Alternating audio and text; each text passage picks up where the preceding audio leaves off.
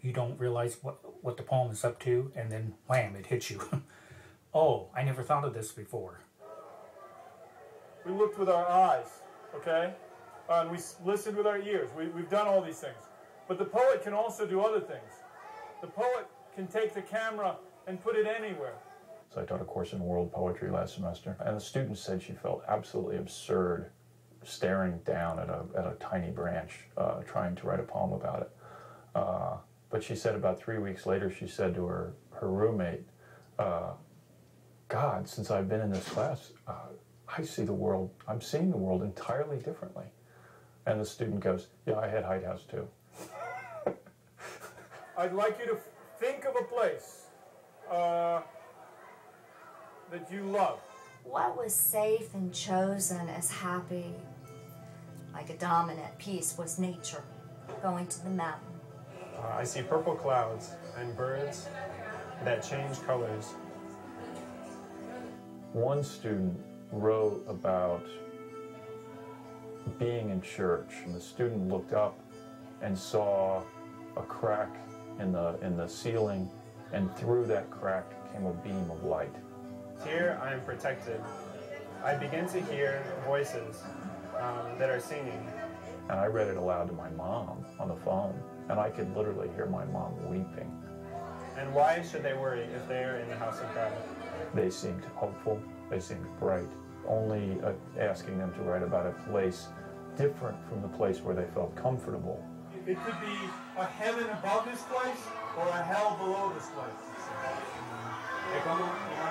That's, I think, when we began to see real evidence of a much darker side. I am on my knees crying. I look to the left and I see an empty swing, just a doll. And I look above, and there's a storm that is coming.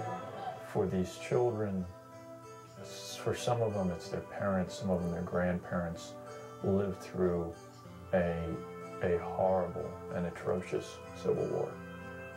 They live in a culture where fear, militarism are as palpable as the air they breathe. There is nothing further away than this winter where nothing was certain. They are getting it, they are processing, they are generating beautiful metaphors and imagery, and they would see it and they would get excited and we would get excited and it would feed off to each other. I delicately touch a rose. In my heart, I am able to feel peace, serenity, and love. At least in that brief time, giving these students an opportunity to see the power of poetry, giving them a way to see their world and to see its beauty, see what's underneath, I think was something I'd want to give to any child, really. Our Indiana Poets Adventure has just begun. A loose cow came walking down the street. And I said, is that unusual? You'll sample the street life of Quesaltepeque and the collective efforts to keep our poets safe. What are all these police officers doing down there? Oh, they're just here to protect you.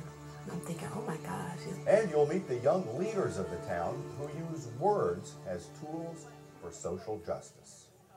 And we'd like to thank Norbert Krupp, Indiana's Poet Laureate.